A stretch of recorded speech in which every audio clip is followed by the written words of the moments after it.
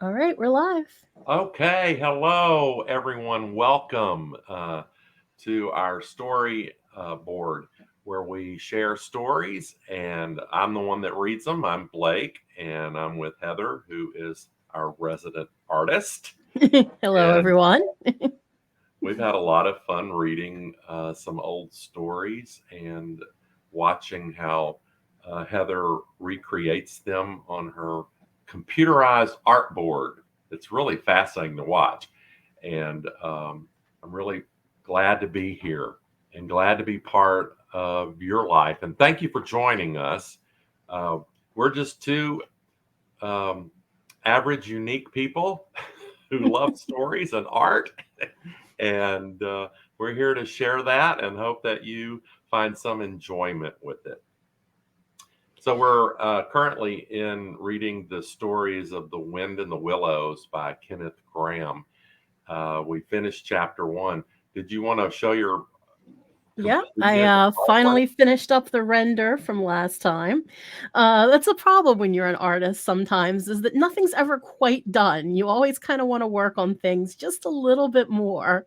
And as long as it's in front of you, you'll keep working on it. So I just finished this up this morning here. Oh, And wow.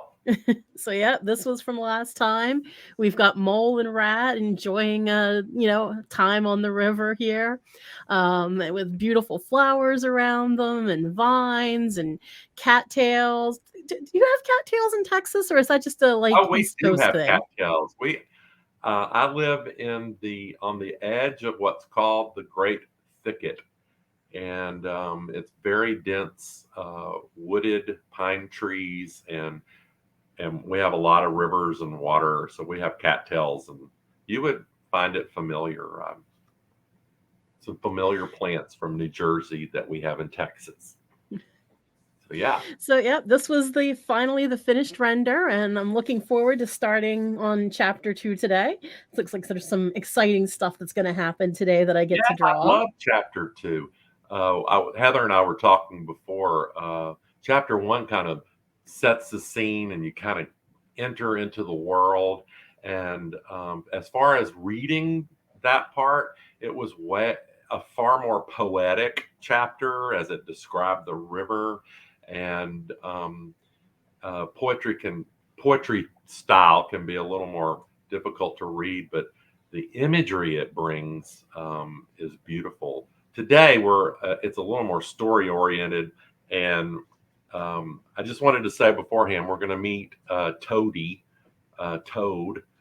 and some of the words are different for us because it's an old story, and we're gonna talk about a cart pulled by a horse.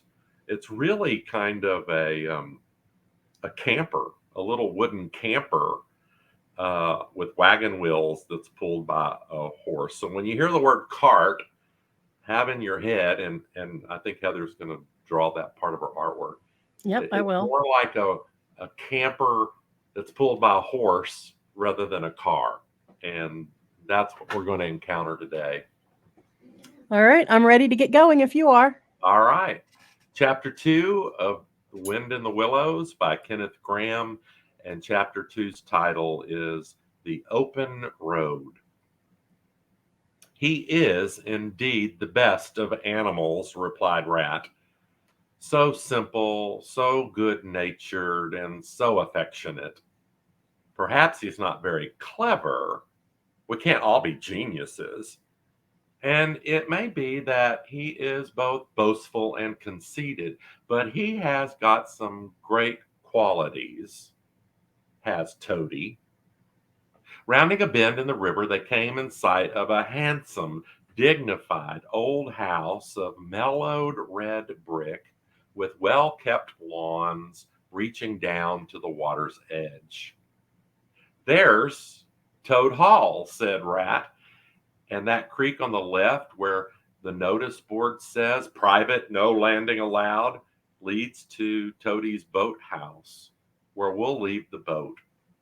The stables are over there to the right. That's the banquet hall you're looking at right now. Very old, that is. Toad is rather rich, you know. And this is really one of the nicest houses in these parts, though we never admit as much to Toad. They glided up the creek, and the mole slipped his sculls as they passed into the shadow of a large boathouse. Here they saw many handsome boats slung from the crossbeams or hauled up on a slip, but none in the water.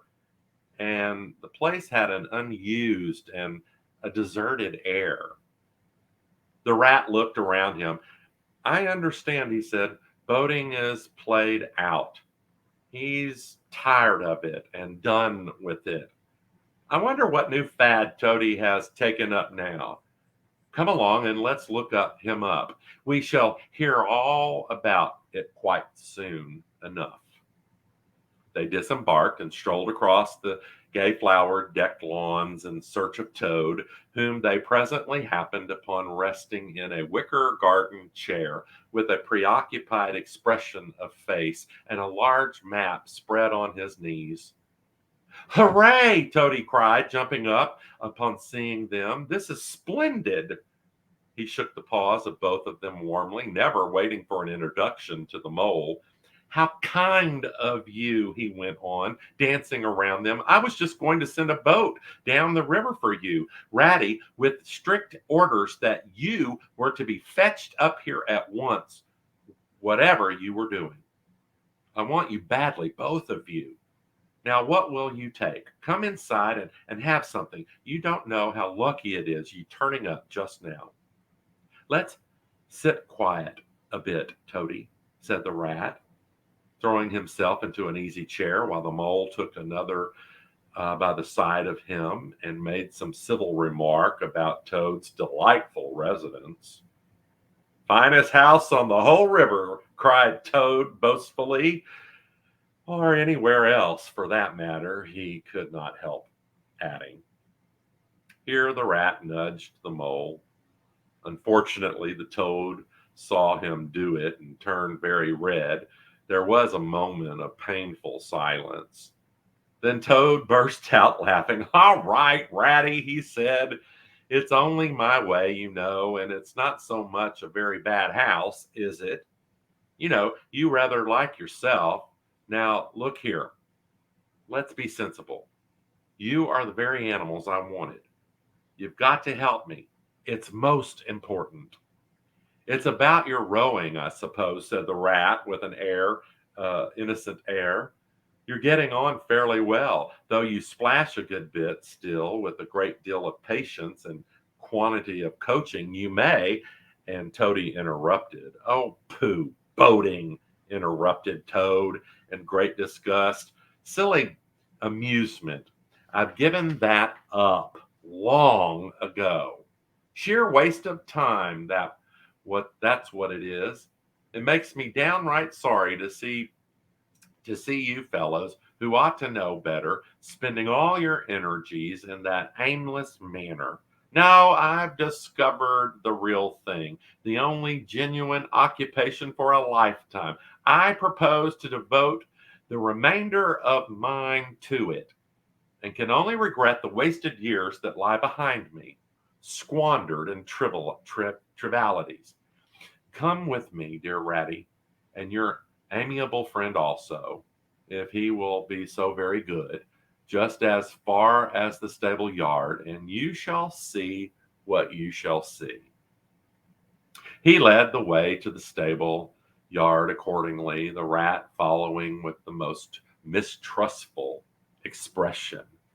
And there, uh, drawn out of the coach house into the open, they saw a cart shining with newness, painted a canary yellow, picked out with green and red wheels. There you are, cried the toad, straddling and expanding himself. There's real life for you, embodied in that little cart. The open road, the dusty highway, the heath, the common, the hedgerows, the rolling downs, camps, villages, towns, cities, here today and off to somewhere else tomorrow. Travel, change, interest, excitement. the whole world before you, and a horizon that's always changing. And mind, this is the very finest of its sort that was ever built, without any exception. Come inside and look at its arrangements. Planned them all myself, I did. The mole was tremendously interested and excited and followed him eagerly up the steps and into the interior of the cart. The rat only snorted and thrust his hands deep into his pockets, remaining where he was. It was indeed very compact and comfortable. Little sleeping bunks, a little table folded up against the wall, a cooking stove, lockers, bookshelves, a bird cage with a bird in it, and pots, pans, jugs, and kettles of every size and variety. All complete, said the toad triumphantly, pulling upon open a locker. You see, biscuits, potted lobster, sardines, everything you could possibly want. Soda water here, Baki there, letter, paper, bacon, jam, cards, and dominoes you will find, he continued as they descended the steps again. You'll find that nothing whatever has been forgotten when we make our start this afternoon. I beg your pardon, said the rat slowly as he chewed a straw. But did I overhear you say something about me, we, and start, and this afternoon? Now, you dear good old ratty, said Toad imploringly, don't begin taking in that stiff and sniffy sort of way, because you know you've got to come. I can't possibly manage without you, so please consider it settled. And don't argue. It's the one thing I can't stand. You surely don't mean to stick to your dull, fusty old river all your life and just live in a hole in a bank and boat. I want to show you the world. I'm going to make an animal out of you, my friend. I don't care, said the rat dodgingly. I'm not coming, and that's flat. And I am going to stick to my old river and live in a hole and boat, as I always have done. And what's more, Mole's going to stick with me and do as I do, aren't you, Mole? Of course I am, said the mole loyally. I'll always stick with you, rat, and you say what you say is to be has got to be. All the same, it sounds as if it might have been, well, rather fun, you know, he added wistfully. Poor mole. The life adventurous was so new a thing to him and so thrilling, and this fresh aspect of it was so tempting, and he had fallen in love at first sight with the canary colored cart and all its little fitments. The rat saw what was passing in his mind and wavered. He hated disappointing people, and he was fond of the mole and would do almost anything to oblige him. Toad was watching both of them closely. Come along in and have some lunch, he said diplomatically, and we'll talk it all over. We needn't decide anything in a hurry. Of course, I don't really care. I only want to give pleasure to you fellows. Live for others. That's my motto in life. During lunch, which was excellent, of course, as everything at Toad Hall always was, the toad simply let himself go. Disregarding the rat, he proceeded to plan upon the inexperienced mole as on a harp. Naturally and voluble animal and always mastered by his imagination, he painted the prospects of the trip and the joys of the open life and the roadside in such glowing colors that the mole could hardly sit in his chair for excitement. Somehow, it soon seemed taken for granted by all three of them that the trip was a settled thing, and the rat, though still unconvinced in his mind, allowed his good nature to override his personal objections. He could not bear to disappoint his two friends, who were already deep in schemes and anticipations, planning out each day's separate occupation for several weeks ahead. When they were quite ready, the now triumphant Toad led his companions to the paddock and set them to capture the old gray horse, who, without having been consulted, and to his own extreme annoyance, had been told off by Toad for the dustiest job in the dusty expedition. He frankly preferred the paddock and took a deal of catching. Meantime, Toad packed the lockers still tighter with necessities and hung nose bags, nets of onions, bundles of hay, and baskets from the bottom of the cart.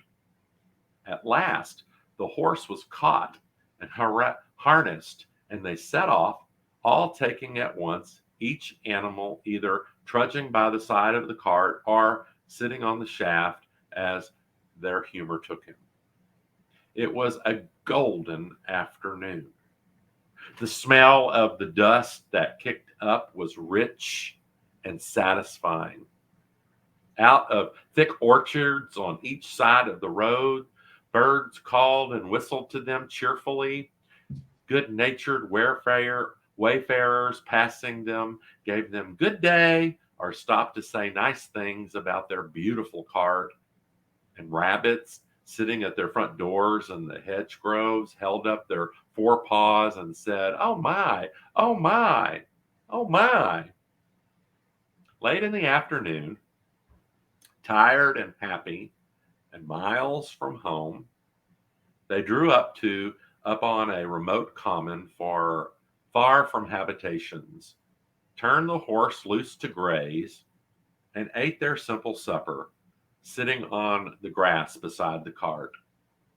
Toad talked big about all he was going to do in the days to come, while stars grew fuller and larger all around them, and a yellow moon, appearing suddenly and silently from nowhere in particular, came to keep them company and listen to their talk. At last, they turned in their little bunks in the cart, and Toad, kicking out his legs, sleepily said, "Well, good night, you fellas. This is the real life of a gentleman. Talk about your old river." I don't I don't talk about my river," replied the patient rat. "You know I don't, Toad, but I think about it," he added pathetically in a lower tone. "I think about it all the time." The mole reached out from under his blanket, felt the rat's paw in the darkness, and gave a squeeze. "I'll do whatever you like, Ratty," he whispered. "Shall we run away tomorrow morning, quite early, very early, and go back to our dear old hole in the river?" "No, no, we'll see it out," whispered back the rat. "Thanks awfully, but I ought to stick by the Toad till this trip is ended. It wouldn't be safe for him to be out here by himself. It won't be very long. His fads never do. Good night." The end was indeed nearer than even the rat suspected. After so much open air and excitement, the Toad slept very soundly, and no amount of shaking could rouse him out of bed the next morning. So the mole and the rat turned to quietly, and while the rat saw to the horse and lit a fire and cleaned last night's cups and platters and got things ready for breakfast, the mole trudged off to the nearest village, a long way off, for milk and eggs and various necessaries the toad had, of course, forgotten to provide. The hard work had all been done, and the two animals were resting, thoroughly exhausted, by the time Toad appeared on the scene, fresh, remarking what a pleasant, easy life it was they were all leading now, after the cares and worries and fatigues of housekeeping at home. They had a pleasant ramble that day over grassy downs and along narrow by lanes, and camped as before on a common. Only this time the two guests took care that Toad should do his fair share of work. In consequence, when the time came for starting next morning, Toad was by no means so rapturous about the simplicity of the primitive life, and indeed attempted to resume his place in his bunk, whence he was hauled by force. Their way lay, as before, across country by narrow lanes, and it was not till the afternoon that they came out on the high road, their first high road, and their disaster, fleet and unforeseen, sprang out on them. Disaster, momentous indeed to their expedition, but simply overwhelming in its effect on the after career of Toad. They were strolling along the high road easily, the mole by the horse's head, talking to him, since the horse had complained that he was being frightfully left out of it, and nobody considered him in the least. The toad and the water rat walking behind the cart, talking together. At least Toad was talking, and Rat was saying at intervals, "Yes, precisely. And what did you say to him?" And thinking all the time of something very different, when far behind them they heard a faint warming hum, like the drone of a distant bee. Glancing back, they saw a small cloud of dust and a dark center of energy advancing on them at incredible speed, while from out of the dust a faint poop, poop, wailed like an uneasy animal in pain. Hardly regarding it, they turned to resume their conversation, when in an instant, as it seemed, the peaceful scene was changed, and with a blast of wind and a world of sound that made them jump for the nearest ditch, it was on them. The poop, poop rang with a brazen shout in their ears. They had a moment's glimpse of an interior of glittering plate glass and rich morocco, and the magnificent motor car, immense, breath snatching, passionate, with its pilot tense and hugging its will, possessed all earth and air for the fraction of a second, flung an enveloping cloud of dust that blinded and enwrapped them utterly, and then dwindled to a speck in the far distance, changed back into a droning bee once more. The old gray horse, dreaming as he plodded along of his quiet paddock in a new raw situation, such as this, simply abandoned himself to his natural emotions, rearing, plunging back steadily in spite of all the mole's efforts at his head, and all the mole's lively language directed at his better feelings. He drove the cart backwards towards the deep ditch at the side of the road. It wavered in an instant. Then there was a heart-rending crash, and the canary-colored cart, their pride, their joy, lay on its side in the ditch, an irredeemable wreck. The rat danced up and down in the road, simply transported with passion. You villains, he shouted, shaking his fists. You scoundrel, you highwaymen, you round hogs. I'll have the law on you. I'll report you. I'll take you through all the courts. His homesickness had quite slipped away from him, and for the moment he was the skipper of the canary colored vessel, driven on a shoal by the reckless jockeying of a rival mariners, and he was trying to recollect all the fine and biting things he used to say to masters of steam launches when their wash, as they drove to near the bank, used to flood his parlor carpeted home. Toad sat straight down in the middle of the dusty road.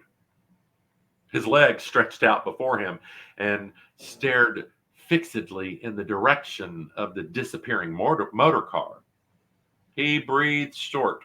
His face wore a placid, satisfied expression, and at intervals he faintly murmured, "Poop, poop." The mole was busy trying to quiet the horse, which he succeeded in doing after time. Then he went back to look at the cart on its side in the ditch. It was indeed a sorry sight. Panels and windows smashed, axles hopelessly bent, one wheel off, sardines tins scattered over the wide world, and the bird in the cage sobbing pitifully and calling to be let out. The rat came to help him, but their united efforts were not sufficient to right the cart. "Hi, Toad," they cried. "Come and bear a hand, can't you?" The toad never answered a word or budged from his seat in the road, so they went to see what was the matter with him. They found him in a sort of a trance, a happy smile on his face, his eyes still fixed on the dusty wake of their destroyer. At intervals, he was still heard to murmur, "Boop, boop." The rat shook him by the shoulder. "Are you going to come and help us, Toad?" he demanded sternly. "Glorious, stirring sight," murmured Toad, never offering to move. "The poetry of motion, the real way to travel, the only way to travel. Here today and next week tomorrow, villages skipped, towns and cities jumped, always somebody else's horizon. Oh, bliss. Oh, boop, boop. Oh, my. Oh, my. Oh, my. Oh, stop being a fool, Toad," cried the mole despairingly. "And to think I never knew," went on the toad in a dreamy monotone. "All those wasted years lie behind me. I never knew, never even dreamt. But now, but now I know. Now I fully realize. Oh, what a flowery track lies spread before me. Henceforth, what dust clouds shall spring up behind me as I speed on my reckless way. What carts I shall fling carelessly into the ditch in the wake of my magnificent onset. Horrid little carts, common carts, canary colored carts." "What are we to do with him?" asked the mole of the water rat. "Nothing at all," replied the rat firmly, "because there is really nothing to be done. You see, I know him from of old. He is now possessed. He has got a new craze, and it always takes him that way. In its first stage, he'll continue like that for days now, like an animal walking in a happy dream, quite useless for all practical purposes. Never mind him. Let's go and see what there is to be done about the cart." A careful inspection showed them that even they succeeded, if they succeeded in riding the cart by themselves, the cart would never travel again. The axles were in a hopeless state, and the missing wheel was shattered into pieces. The rat knotted the horse's reins over his back and took him by the head, carrying the bird in the cage and its hysterical occupant in the other hand. Come on, he said grimly to the mole. It's 5 or 6 miles to the nearest town, and we should just have to walk it. The sooner we make the start, the better. But what about Toad? Asked the mole anxiously as they set off together. We can't leave him here, sitting in the middle of the road by himself in the distracted state that he's in. It's not safe. Supposing another thing were to come along. Oh, bother, Toad, said the rat savagely. I'm done with him. They had not proceeded very far on their way, however, when there was a pattering of feet behind them, and Toad caught up and thrust a paw inside the elbow of each of them, still breathing short and staring into vacancy. Now, look here, Toad, said the rat sharply. As soon as we get to town, you'll have to go straight to the police station and see if they know anything about the motor car and who it belongs to and lodge a complaint against it. And then you'll have to go to the blacksmith's or a Will's right and arrange for the cart to be fetched and mended and put to right. It'll take some time, but it's not quite a hopeless smash. Meanwhile, the mole and I will go to an inn and find comfortable rooms where we can stay till the cart's ready, until your nerves have recovered their shock. Police station? Complaints? Murmured Toad dreamily. My complaint of that beautiful, that heavenly vision that has been vouchsafed me, mend the cart? I'm done with carts forever. I never want to see the cart or hear of it again. Oh, Ratty, think you can't think how obliged I am to you for counseling to come on this trip. I wouldn't have gone without you, and then I might not have ever seen it.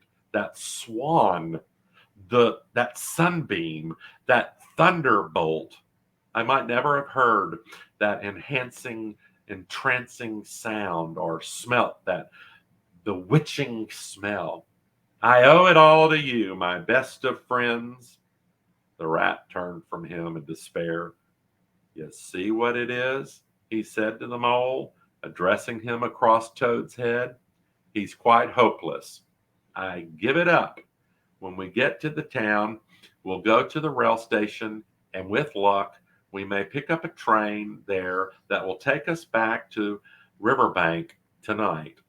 And if ever you catch me going a pleasuring with this provoking animal again, he snorted, and during the rest of that weary trudge addressed his remarks exclusively to the mole. On reaching the town, they went straight to the station and deposited Toad in the second-class waiting room, giving a porter 2 pence to keep a strict eye on Toady. They then left the horse at an inn stable and gave what directions they could about the cart and its contents. Eventually, a slow train having landed them at a station not very far from Toad Hall, they escorted the spellbound, sleepwalking Toad to his door, put him inside it, and instructed his housekeeper to feed him, undress him, and put him to bed. Then they got to their boat from the boathouse, scullied down the river home, and at a very late hour sat down to supper in their own cozy riverside parlor, to the rat's great joy and contentment.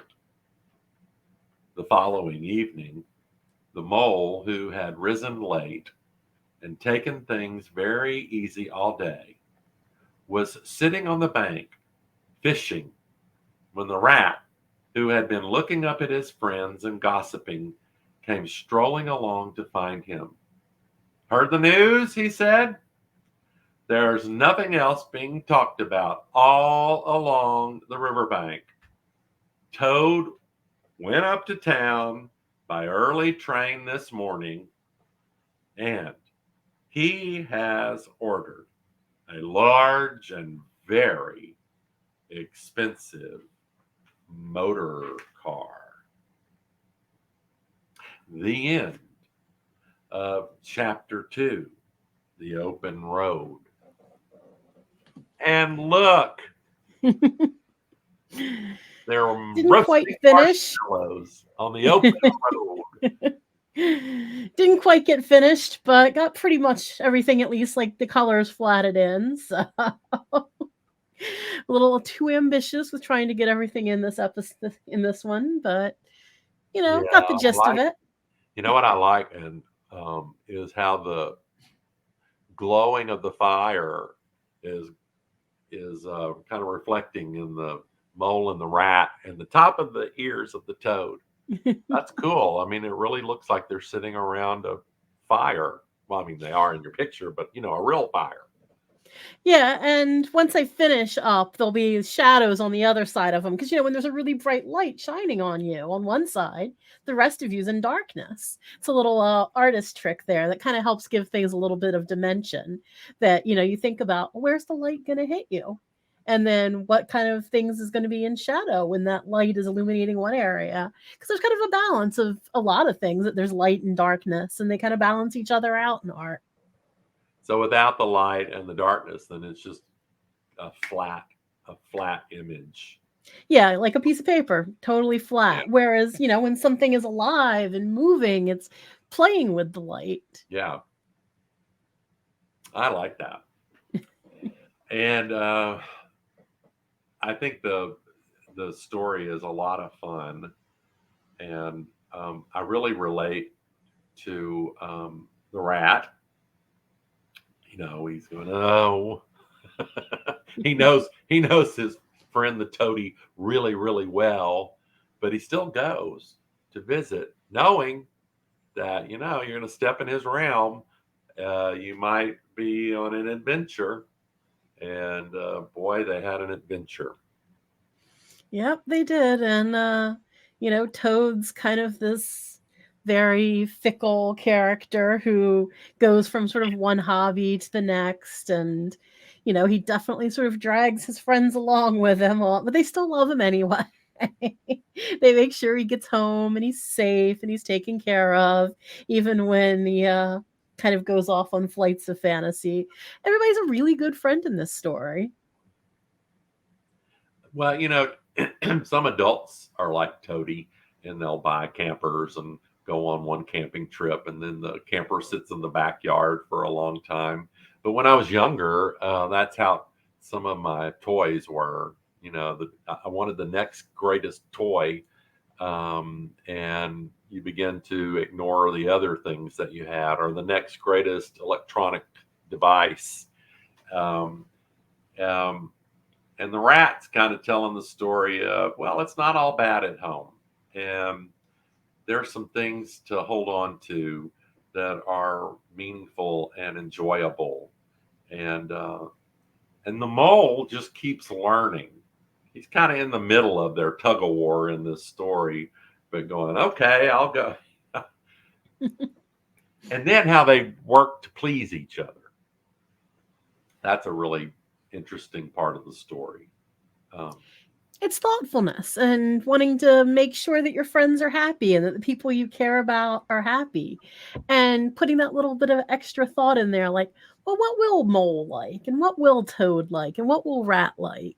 And maybe Toad isn't being always the best friend, but Mole and Rat are definitely looking out for each other and really taking care of each other's needs, and making sure that whatever it is, that if something's making them uncomfortable, then okay, well, we can stop doing this if you're not enjoying it.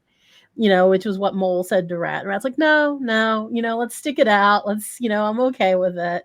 So let's checking in with each other and really just looking after each other emotionally. And what you just said is really important for all of life. So checking in on each other means you have to speak.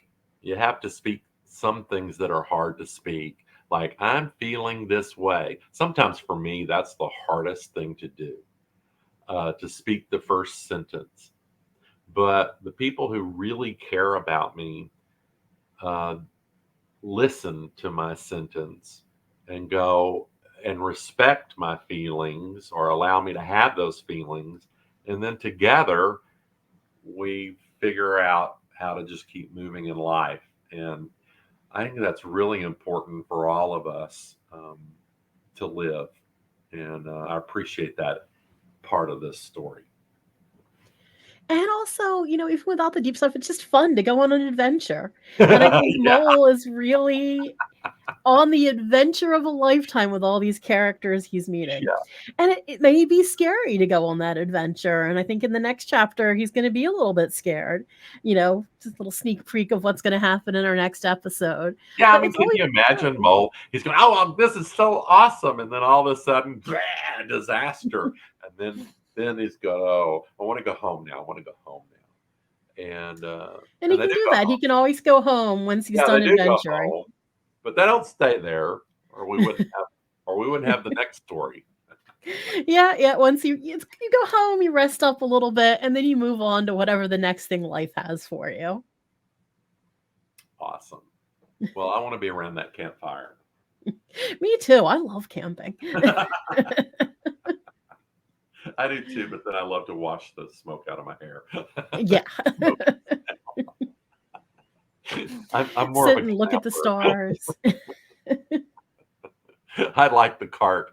I'm like Toady in that aspect. I want the cart, the camper with all the stuff. Yeah, I think it's called glamping now, when you Yeah, have the glamping, glamorous camping. glamper. They had potted lobster as one of the things they were I eating. I never know. even Come on, it doesn't not even better than that. I want that for my next glamping trip. Potted lobster. Well, this has All been right. fun. Well, yeah, it's been a fun episode. Thank you guys so much for joining us. Remember, you can always draw along with us while Blake is reading. If you hear the story and Blake is making you think of things, draw your own art along with us. We invite you to. And follow us on all the social medias, Facebook. You can follow us on Twitch, YouTube, wherever you're watching us right now. Make sure to click on that subscribe and like. And we will see you in 2 weeks. Okay. Take care, y'all.